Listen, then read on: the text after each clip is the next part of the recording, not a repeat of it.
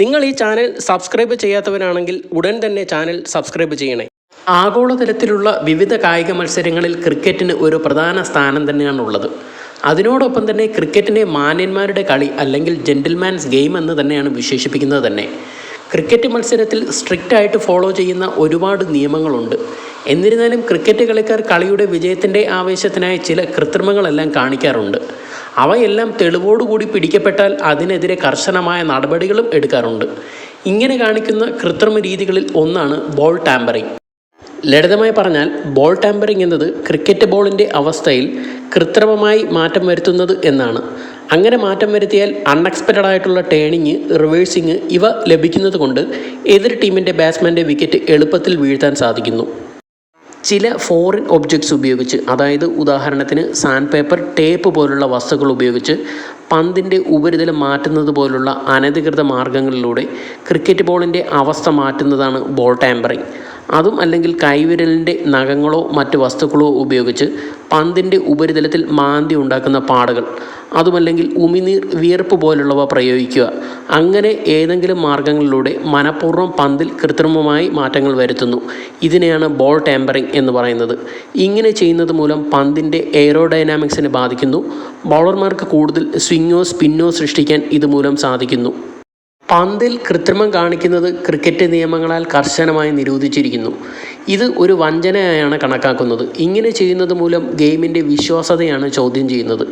ഇങ്ങനെ പന്തിൽ കൃത്രിമം കാട്ടിയാൽ ഉണ്ടാകുന്ന പ്രത്യാഘാതങ്ങൾ ഗുരുതരമാണ്. പിഴയും മാച്ച് വിലക്കും മുതൽ ക്രിക്കറ്റ് അധികൃതരുടെ കൂടുതൽ ഗുരുതരമായ അച്ചടക്ക നടപടികളിലേക്ക് പോകുന്നു. 2018 ഓസ്ട്രേലിയൻ ക്രിക്കറ്റ് ടീം ഉൾപ്പെട്ട സാൻഡ് പേപ്പർ കൃത്രിമ അഴിമതിയിലാണ് ഏറ്റവും വലിയ ബോൾ ടാമ്പറിംഗ് സംഭവമായി മാറിയത്. 2018 കേപ്പ് ടൗണിൽ ദക്ഷിണാഫ്രിക്കയും ഓസ്ട്രേലിയയും തമ്മിലുള്ള 3-ാം ടെസ്റ്റിനിടെ ക്രിക്കറ്റ് ലോകത്തെ ഞെട്ടിച്ച ബോൾ ടാമ്പറിംഗ് സംഭവത്തിൽ ഓസ്ട്രേലിയൻ ടീം ഉൾപ്പെട്ടിരുന്ന ഓസ്ട്രേലിയൻ ടീം അംഗമായ കാമറൂൺ ബാൻക്രോഫ്റ്റ് പന്തിൻ്റെ അവസ്ഥ മാറ്റാൻ സാൻഡ് പേപ്പർ ഉപയോഗിച്ചതായി കാണപ്പെട്ടു. ഈ പ്രവൃത്തിയിൽ ടീമിൻ്റെ നേതൃത്വ ഗ്രൂപ്പ് കുറ്റക്കാരാണെന്നും കണ്ടെത്തി. ക്യാപ്റ്റൻ സ്റ്റീവ് സ്മിത്തിനെ 2018 മാർച്ച് 29 മുതൽ ഓസ്ട്രേലിയയിലെ എല്ലാ ആഭ്യന്തര അന്താരാഷ്ട്ര ക്രിക്കറ്റിൽ നിന്നും 1 വർഷത്തേക്ക് വിലക്കിയിരുന്നു. വൈസ് ക്യാപ്റ്റൻ ഡേവിഡ് വാർണറെയും ഓസ്ട്രേലിയയിലെ എല്ലാ രാജ്യാന്തര ആഭ്യന്തര ക്രിക്കറ്റിൽ നിന്നും 1 വർഷത്തേക്ക് വിലക്കി.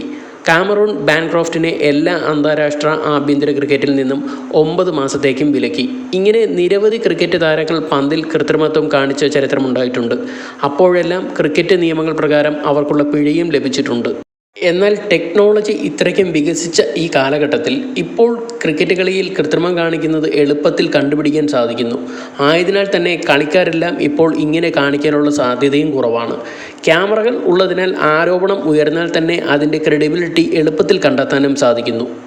ഈയിടെ നടന്ന T20 2024 വേൾഡ് കപ്പ് മാച്ചിൽ ഓസ്ട്രേലിയക്കെതിരെ നടന്ന മത്സരത്തിൽ അർഷ്ദീപ് പന്തിൽ കൃത്രിമം കാട്ടി എന്നുള്ള ഒരു പരാതി പാകിസ്ഥാൻ മുൻ ക്രിക്കറ്റ് താരം ഇൻസമ മുൽഹക്ക് പറഞ്ഞിരുന്നു. കളിയുടെ 15-ാം ഓവറിൽ തന്നെ പന്ത് റിവേഴ്സ് ചെയ്യാൻ എങ്ങനെ അർഷ്ദീപ് സിംഗിന് കഴിഞ്ഞു എന്നുള്ളതാണ് അദ്ദേഹത്തിൻ്റെ ചോദ്യം. അദ്ദേഹം ഉയർത്തുന്ന വാദം പുതിയ പന്ത് ഉപയോഗിച്ച് റിവേഴ്സിംഗ് എറിയാൻ പ്രയാസമാണെന്നും സാധാരണ എറിഞ്ഞു പഴകിയ പന്താണ് റിവേഴ്സിംഗ് എറിയാൻ സഹായിക്കുന്നത് എന്നുള്ളതുമാണ്. ഇതിനർത്ഥം 12-ാം ഓവറിലോ 13-ാം ഓവറിലോ പന്ത് റിവേഴ്സിങ്ങിന് തയ്യാറായി കഴിഞ്ഞുവെന്നും അമ്പയർമാരുടെ അശ്രദ്ധ മൂലം കണ്ടെത്താൻ കഴിഞ്ഞില്ല എന്നതുമാണ് അദ്ദേഹം ഉയർത്തുന്ന വാദം. എന്നാൽ ഈ സംഭവത്തിന് നിലവിൽ ടെക്നിക്കലി അല്ലെങ്കിൽ ശാസ്ത്രീയമായോ യാതൊരുവിധ തെളിവുകളും കണ്ടെത്താൻ കഴിഞ്ഞിട്ടില്ല. കാരണം ഇപ്പോഴുള്ള ക്യാമറ ടെക്നോളജിയും കൂടാതെ അമ്പയർമാരുടെ ഇടപെടലും ഇങ്ങനെയുള്ള സംഭവങ്ങൾ നിലവിലുള്ളപ്പോൾ ഇത് തികച്ചും ഒരു കഴമ്പില്ലാത്ത ആരോപണമായി കരുതാൻ മാത്രമേ കഴിയൂ.